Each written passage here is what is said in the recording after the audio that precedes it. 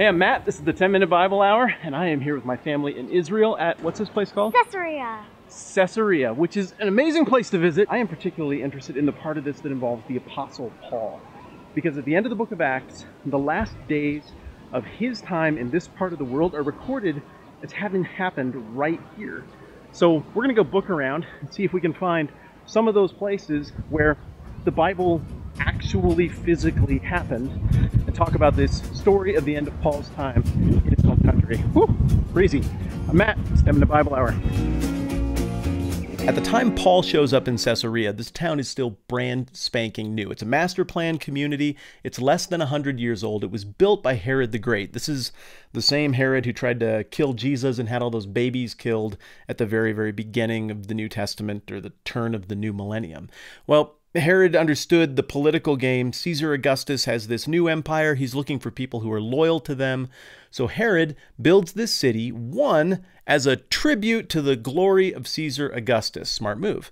Two, he builds the city as a place to put a really fancy palace for him to escape the heat of the summer out on the Mediterranean Sea. Great success. People loved that palace so much that as soon as Herod died, the governors of Judea took over, and this effectively became the seat of government for the province of Judea. But third, the Roman economy was changing, and they needed to use deep harbor ports to move these gigantic grain ships that especially came and went out of Egypt. This is how they supplied food to this growing empire. It's different than the old grow local philosophy.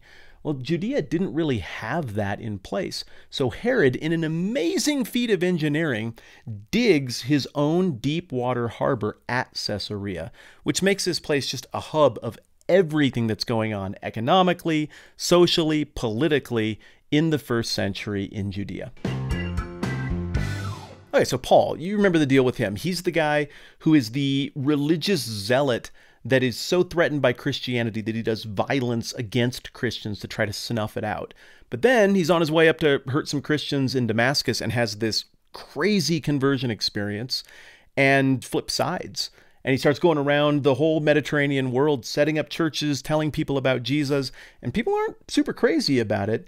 And that same level of religious zeal that made him want to kill people now causes him to be willing to take all those beatings and all of that imprisonment and all of that embarrassment in the interest of this thing that he believes to be like the truest, realist thing ever, the message of Jesus. Well, in all of that, he never loses his soft spot for his old classmates and his people back in Jerusalem. I mean, the Jewish people. And everybody tells him, dude, just don't go back there. They're going to murder you. Things are like on high right now. You just lay low. Paul's like, no, I got to do it. I'm going right back. And so he says goodbye to all his friends. He goes back to Jerusalem, and it turns out all his friends were completely right. It goes horribly. People try to like rip him in two in a big giant riot.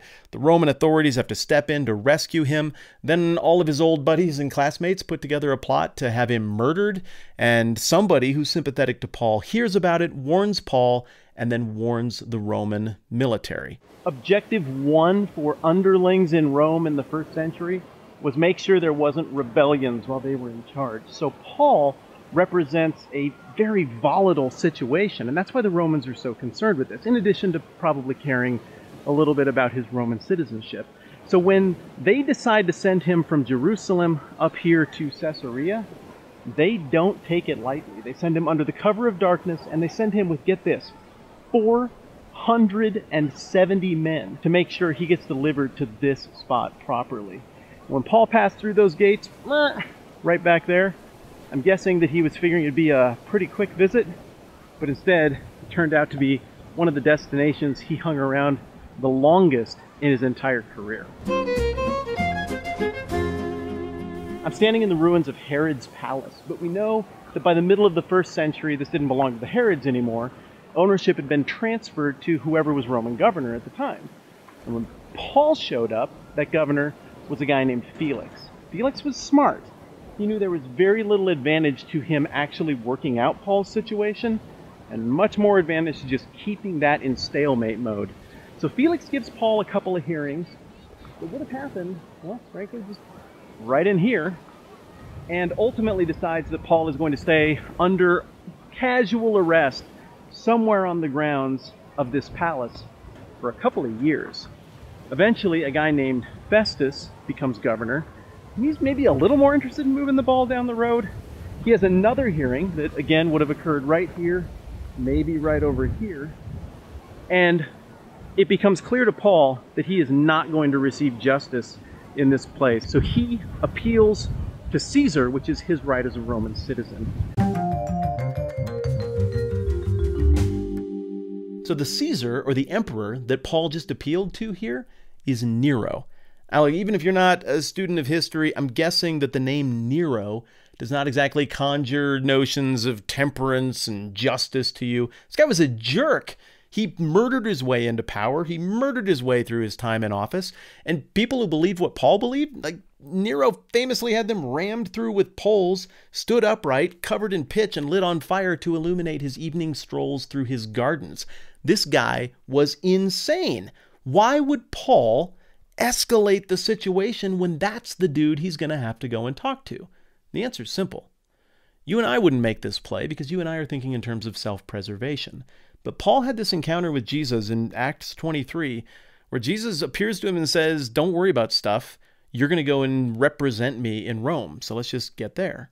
So when Paul got to Caesarea, I don't think that was a bad thing in his mind. I think he viewed that as a way to complete this mission that he was on. But now he's been sitting there for 2 years. He's met with 2 different governors. He's met with the sitting Judean king. He's like, this is going nowhere. So it's not about him proving his innocence or getting a vindication. It's about him getting the ball rolling on what his mission is. So he's going to appeal to a madman, walk right into the lion's den, all for the purpose of doing what he's supposed to do. So after Paul makes that appeal to the emperor, he gets loaded up in a boat and sent to Italy right there. That, right there, is the last place where Paul would ever set foot on native soil. Hey, thank you so much for watching this, and I, for one, absolutely love digging deep into the history stuff. If you want to know what happens next to Paul when he gets to Rome and how this appeal to Caesar plays out, it is really stinking interesting, and I made a video about that from Rome, Italy, with all the places that are in play, and so I think you'll really enjoy that as well. If you're here and you like what's going on, I would love to have your subscription. If not, that's absolutely okay too. Either way, thanks for watching this one with me. I'm Matt. This is a 10-Minute Bible Hour. We'll see you soon.